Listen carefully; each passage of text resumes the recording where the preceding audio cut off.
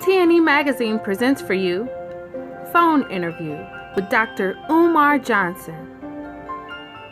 Enjoy. Good morning, TNE fans. This morning we have Dr. Umar Johnson on the line. Dr. Johnson, first, for those who aren't familiar with you, let them know a little bit about the school that you're in the process of opening, the quote-unquote heaven on earth for Black children. Let the people know what children will be taught at this school and what we can expect for this school to open.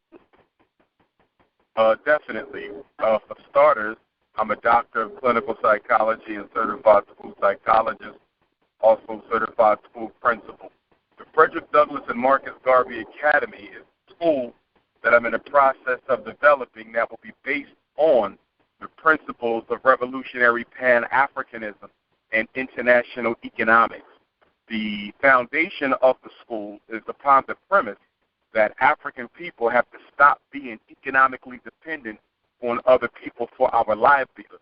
And so we want to raise a generation of African children who are unapologetically African and at the same time have the skills and talent to be able to create economic engines of their own without a need for employment from white folks or others outside of the community. There will be 6 core sciences taught at the Frederick Douglass Marcus Garvey Academy. They will be the agricultural science, the agronomical science, as well as dietary and nutritional science, political and military science, financial and economic science, science of the family and community, as well as, if I didn't mention, spiritual science as well. So you have the political and military, the spiritual, the dietary, the community, the agricultural, and the agronomical science. Those will be the foundational sciences of the school on top of the core academic subjects that we teach, as well as the other specialty subjects. That's amazing, Dr. Johnson. I think that your school is going to be very monumental, and it's going to change the outlook of a lot of people of color here in our country. Now, this is our Game On issue, and we noticed that you have an upcoming event for sisters-only breakfast dealing with relationships and dating in Houston, Texas on September 11th. How do you feel this breakfast will help women think or strategize better for the future of femininity of the Black culture?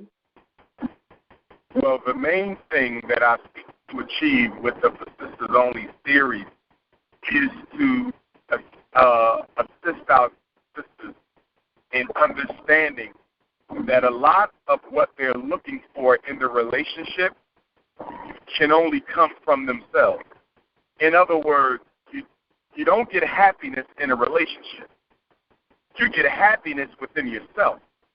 Now, the relationship may help you foster your own sense of happiness, but it cannot create it. The relationship will help maintain, but it cannot produce it. You see, peace of mind. A lot of people date because they're looking for peace of mind. Nobody outside of you can give you peace of mind. That comes from you. Emotions and states of mind are internally generated based on our interpretations of our experience. Nobody can give that for you. And I think that a lot of relationship dissatisfaction is based on the fact that we're looking to get from another person something that we can only get from our own person. I actually agree with you 2,000%. I personally feel that the only way you can truly find happiness in someone else is being 200% happy with yourself.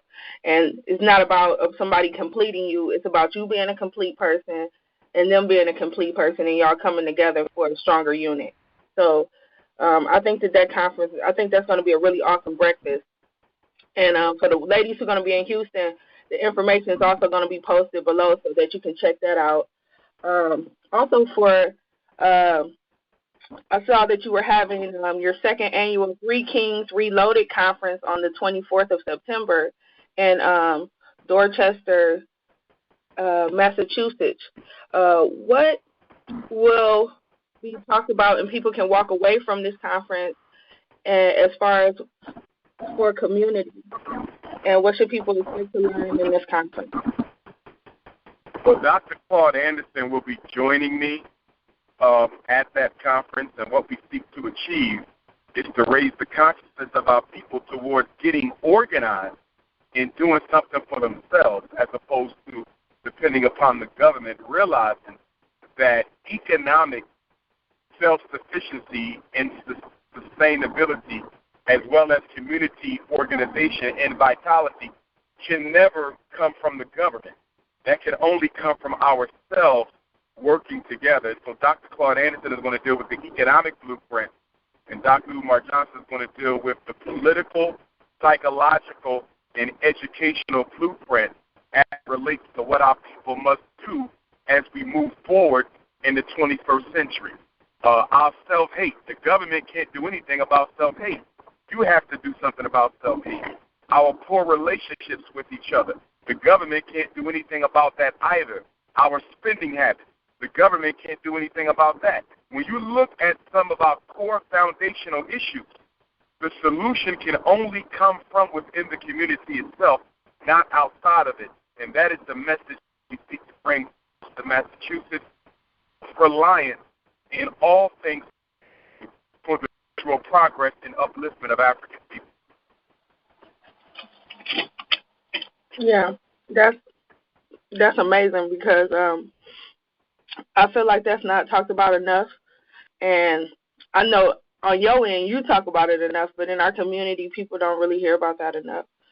I also noticed that you'll be speaking to the people of Akron, Ohio, which is right outside my hometown of Bedford Heights in Cleveland, on September 18th, addressing the U.S. extermination of Black American people.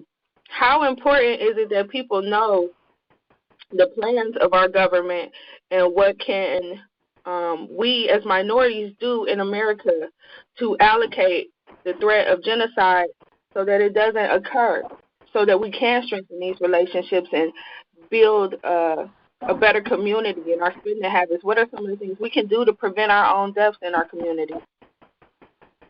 The only thing that can reverse,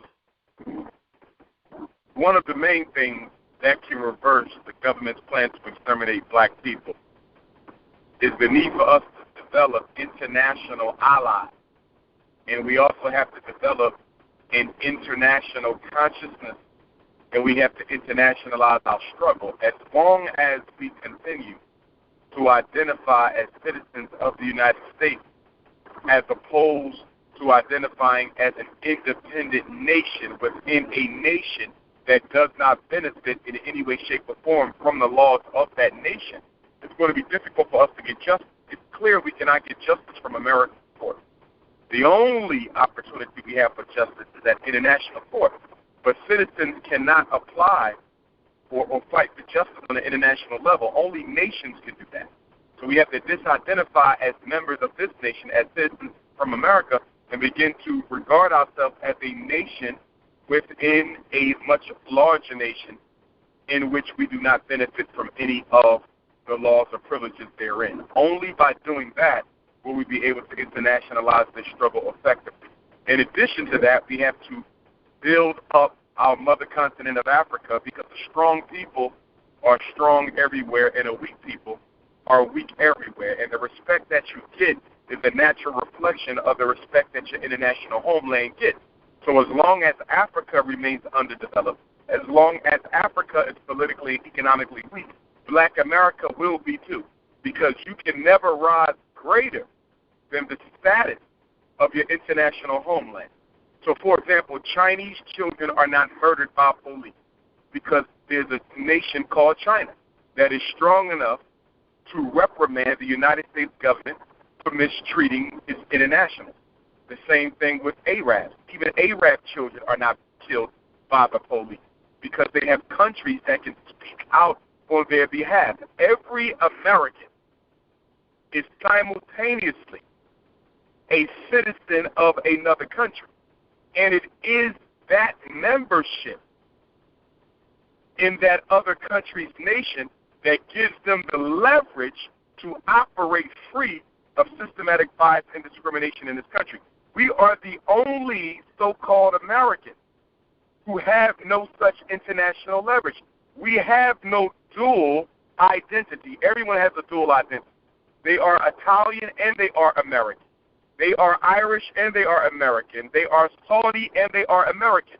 So they automatically have this dual citizenship that allows them to appeal to their countries of origin when they're mistreated by the country in which they live. We're the only people who do not have that. We do not have a relationship with any African nation that can speak up on our behalf when we are mistreated. And that is something we're going to need to develop. We have to develop that if you want to stop the tide of genocide. Africa can help us stop the tide of genocide. But in return for that, we have to be willing to help develop Africa into a modern continent so that Africa can compete equitably with all the other nations of the world. They need us, and we need them.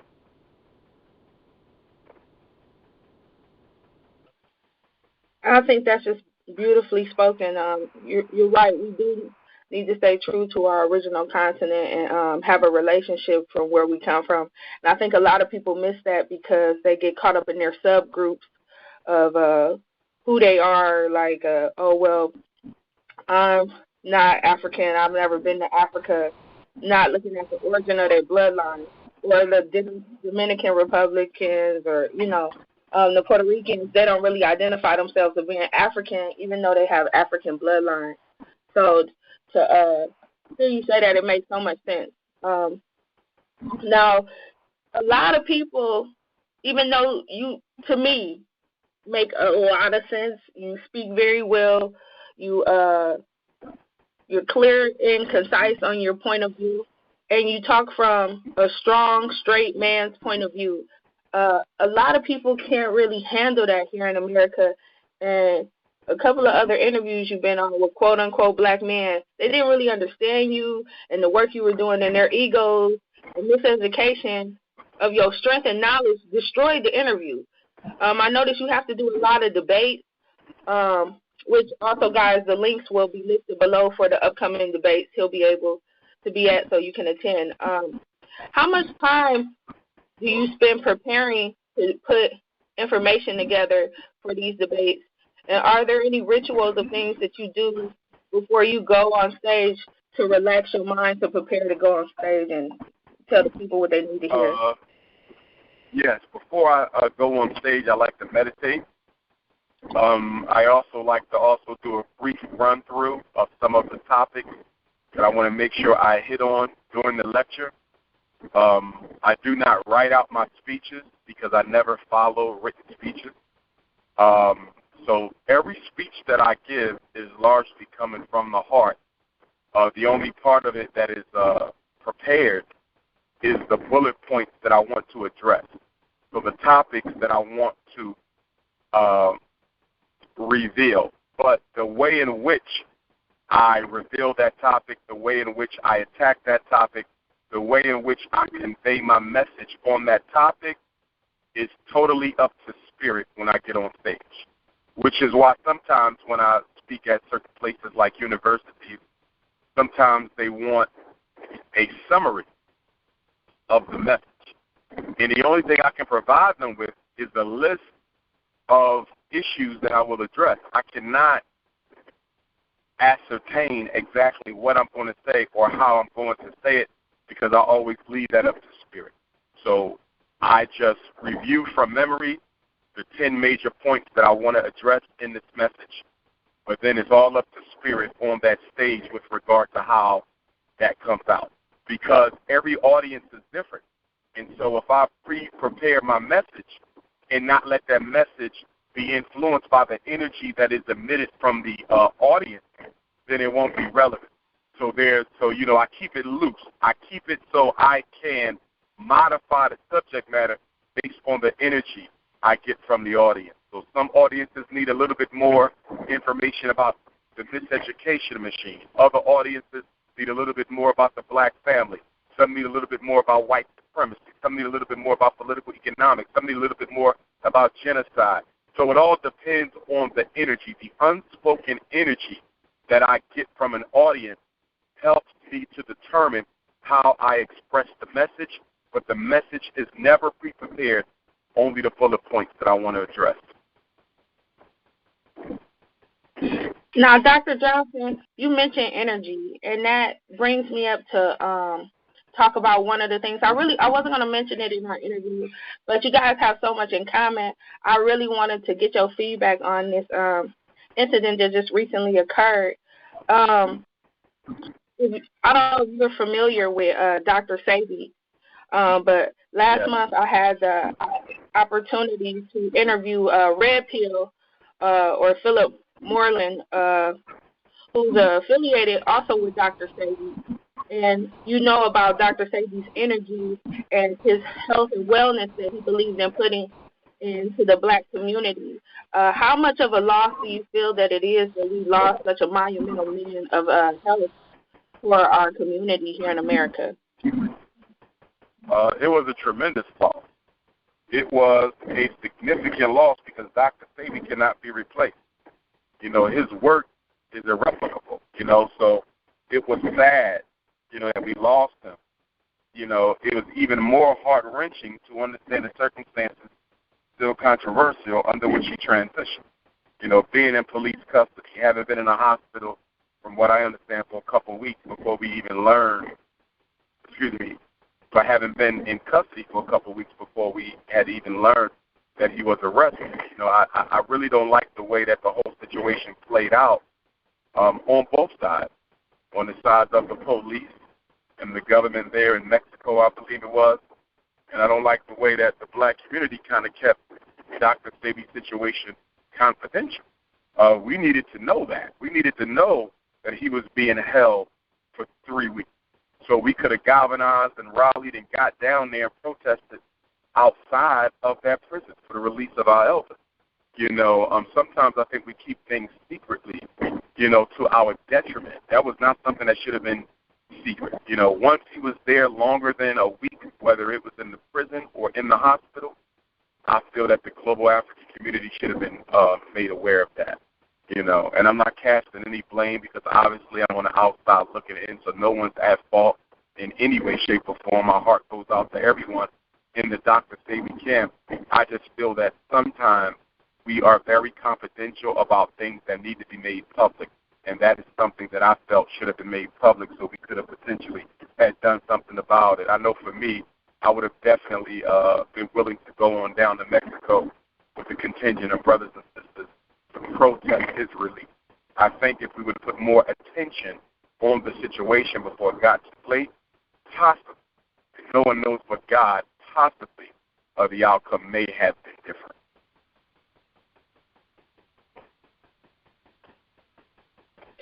Yeah, and his transition ceremony will be going on August 28th, which will be after this interview will be launched, but it'll be all over our social media. So, guys, you can also check for that as well if you missed that ceremony on the 28th.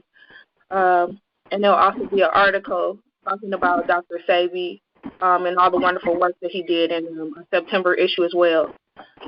Are there any closing statements that you would like to? Yeah, I had a quick clarifying question. You said there's going to be a memorial for him. When and where is that? It's going to be on the 28th, and I believe it's going to be in Brooklyn.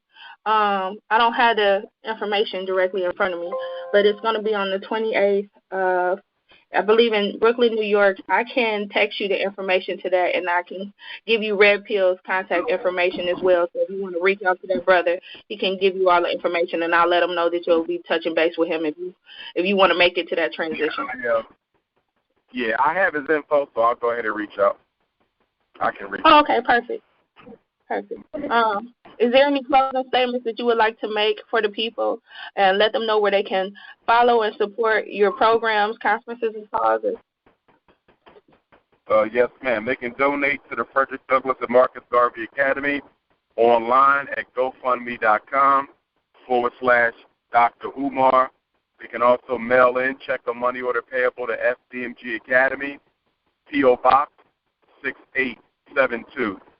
Philadelphia 19132. They can follow me on Instagram and Twitter at Dr. Umar Johnson. They can also Follow me on Facebook at Dr. Umar Batunde, my Yoruba name. And we also have the Black Parent Teleconference every Tuesday morning for parents who have questions about their children. It's free, 6 a.m. to 8 a.m. Eastern Standard Time every Tuesday. Also, next summer, we'll be hosting the second annual Black College and Consciousness Tour. The second annual Black College and Consciousness Tour information will be coming out soon. We also have the South Regional Training for the National Independent Black Parent Association in Houston, Texas, 9th and 10th of September. We will also be having the National Independent Black Ex-Offender Conference in South Carolina in November. And more information will be coming out soon on the Repatriation Task Force for Africa, as well as Dr. Umar's fourth annual Pan-African Group Tour to the continent. If anyone needs to reach me, drumarjohnson.com, or they can call 844-4-Dr. That's 844-4-Dr. Umar, D-R-U-M-A-R.